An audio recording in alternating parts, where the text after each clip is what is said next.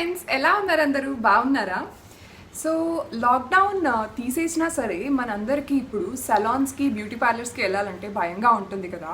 So రెగ్యులర్గా hair cuts చేయించుకునే వాళ్ళకి, ఐ మీన్ లైక్ 6 monthsకో 1 yearకో అలా హెయిర్ కట్ చేయించుకునే వాళ్ళకి బయట కరోనా వైరస్ ఎక్కువ ఉండడం వల్ల మనం సలాన్స్కి అయితే వెళ్ళలేము అంత ధైర్యంగా. ఇంతకుముందు ఏ విధంగా మనం వెళ్ళే వాళ్ళము అలా అయితే అస్సలు వెళ్ళలేకపోతున్నాం కదా.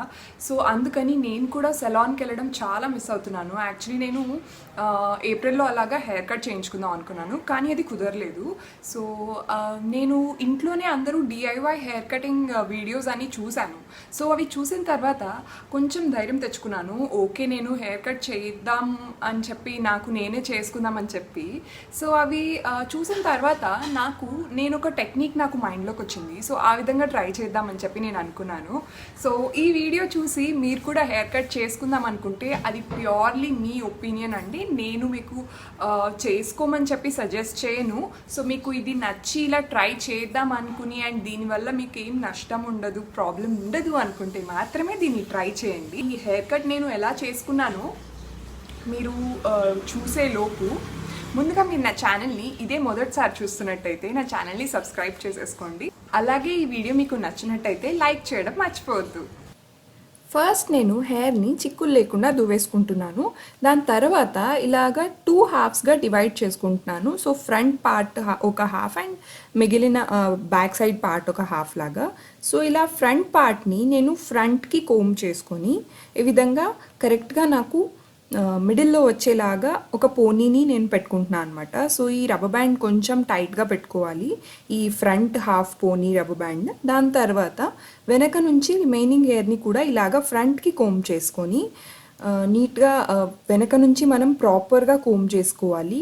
సో దట్ మనకి అన్ఈవెన్నెస్ ఉండదన్నమాట. తర్వాత సో ఇలాగా ఫ్రంట్కి కోమ్ చేసుకున్న తర్వాత నేను దాన్ని గ్యాదర్ చేసి ఇంతకు ముందు మనం పోనీ వేసుకున్న దగ్గరే ఇంకొక రబ్బర్ బ్యాండ్ తీసుకొని పోనీ వేసుకోవాలి. ఇది అంత టైట్గా వేసుకోకూడదు, ప్రీవియస్లీ మనం వేసుకున్నట్టుగా. సో వేసుకున్న తర్వాత ఇప్పుడు ఈ హెయిర్ని నేను ఫైన్గా కోమ్ చేసేసుకుంటున్నాను చిక్కులు లేకుండా. అండ్ కోమ్ చేసుకున్న తర్వాత నాకు ఎంత లెంత్, నేను హైయెస్ట్ లెంత్ నేను తగ్గించాలనుకున్నాను అంత లెంత్ నేను చాప్ ఆఫ్ చేసేస్తున్నాను. సో మనకి ఒక ఐడియా ఉండాలన్నమాట. మనం హెయిర్ లీవ్ చేసుకున్నప్పుడు చూసుకోవాలి ఎంత లెంత్ వరకు మనం కట్ చేద్దాం అనుకుంటున్నాము, మనకు కొంచెం తెలిసి ఉండాలి. సో అంతే లెంత్ మనము ఈ విధంగా ఇన్వర్ట్ చేసిన పోనీలో మనము కట్ చేసుకోవాలన్నమాట. సో ఇక్కడ ఫస్ట్ నాకు కొంచెం అన్ఈవెన్గా వచ్చింది, ఎందుకంటే ఒకే దగ్గర ఎక్కువ హెయిర్ ఉంటుంది కాబట్టి మనకి అది అంత ఈవెన్గా ఫస్టే రాదు. సో దాన్ని నేను తర్వాత ఈవెన్ చేసేసుకుంటున్నాను. అండ్ ఈవెన్గా కట్ అయిపోయిన తర్వాత నేను ఈ బ్యాక్ సైడ్ హాఫ్ హెయిర్ది పోనీ ఉంది కదా, దాన్ని నేను తీసి ఈ హెయిర్ని వెనక్కి వేసేసుకుంటున్నాను అనమాట. ఇప్పుడు ఈ ఫ్రంట్ హాఫ్ హెయిర్ సెక్షన్ పోనీ ఉంది కదా, సో ఇందులో నేను కోమ్ చేసేసుకొని కొద్దిగా హెయిర్ని కట్ చేసుకుంటున్నాను, నాకు రెఫరెన్స్ కోసం ఎంత లెంత్ నేను కట్ చేయాలనుకుంటున్నానో అంత తెలియడం కోసం. దాని తర్వాత నేను కోమ్ తీసేసి నాకు ఫ్రీ హ్యాండ్తో నేను అంతే లెంత్ని కట్ చేసేస్తున్నాను. సో ఇలా ఇంకొంచెం లెంత్ మనం తగ్గించడం, ఈ ఫ్రంట్ హెయిర్ పార్ట్లో లెంత్ తగ్గించడం వల్ల ఏమవుతుందంటే మనకి ప్రాపర్గా లేయర్స్ అనేవి క్లియర్గా అపియర్ అవుతాయి అన్నమాట. కంప్లీట్ హెయిర్ కట్ అంతా కంప్లీట్ అయిపోయిన తర్వాత సో ఇక్కడ నేను దానిలో కొంచెం అన్ఈవెన్గా కట్ అయిన దగ్గర ఈవెన్ చేసుకుంటున్నాను. సో దీనివల్ల మనకి ఇప్పుడు ఏమవుతుందంటే హెయిర్లో మనకి ఈ ఫ్రంట్ హెయిర్ అనేది షార్ట్ అవడం వల్ల లేయర్స్ వస్తాయి. సో ఇప్పుడు నేను ఫ్రంట్ హెయిర్ పోనీని కూడా తీసేస్తున్నాను. సో ఇక్కడ మీరు చూడొచ్చు మనకి ప్రాపర్గా లేయర్స్ ఫామ్ అయ్యాయి. సో షార్టెస్ట్ లేయర్ లెంత్ మీరు చూడొచ్చు, దాని తర్వాత నెక్స్ట్ లేయర్, ఆ తర్వాత ఇది లాంగెస్ట్ హెయిర్ లెంత్ అనమాట. సో ఇది మనం వెనకాతల సైడ్ హెయిర్ పార్టిషన్ ఏదైతే చేసామో సో అది లాంగెస్ట్ లెంత్ వచ్చింది. ఇక్కడ నేను సైడ్ పార్టిషన్ తీసుకున్నా కాబట్టి నాకు రైట్ సైడ్కి ఎక్కువ లేయర్స్ ఉన్నట్టు కనిపిస్తుంది. ఓకే, సో ఇప్పుడు నేను హెయిర్ని బ్లో డ్రై చేసుకోబోతున్నాను అనమాట. అందుకోసం ముందు నేను ఒక ఎంటీ బాటిల్లో వాటర్తో ఫిల్ చేసుకున్నాను, స్ప్రే బాటిల్లో. సో ఈ స్ప్రే బాటిల్తో నేను హెయిర్ని వెట్ చేసేసుకుంటున్నాను అనమాట. సో మనకి హెయిర్లో కింద పార్ట్ మాత్రమే వెట్ చేసుకుంటే సరిపోతుంది, స్కాల్ప్ ఏం వెట్ చేయక్కర్లేదు. సో దాని తర్వాత నేను మళ్ళీ చిక్కులు లేకుండా ఇంకొకసారి దూకుంటున్నాను. సో ఇప్పుడు హెయిర్ వెట్ అయిపోయింది కదా, మనకి వెట్ హెయిర్ పైన బ్లో డ్రై చేస్తే బాగా కుదురుతుందనమాట. సో ఇక్కడ నేను ఒక రౌండ్ బ్రష్ తీసుకొని ఇలా హెయిర్ని నేను ఫస్ట్ స్ట్రాండ్స్గా డివైడ్ చేసుకొని మిగిలిన హెయిర్ని నేను ఇలా క్లిప్ పెట్టేస్తున్నాను.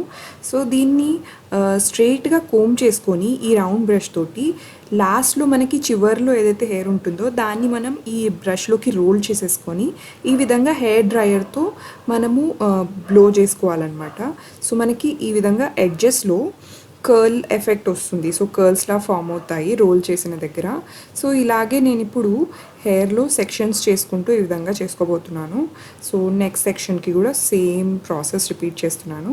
సో ఎడ్జెస్లో హెయిర్ ఏదైతే ఉంటుందో దాన్ని లోపలికి రోల్ చేసేసుకొని తర్వాత హెయిర్ ఆల్రెడీ వెట్గా ఉంది కాబట్టి హెయిర్ డ్రయర్ తోటి దాన్ని డ్రై చేసేసుకుంటున్నాను.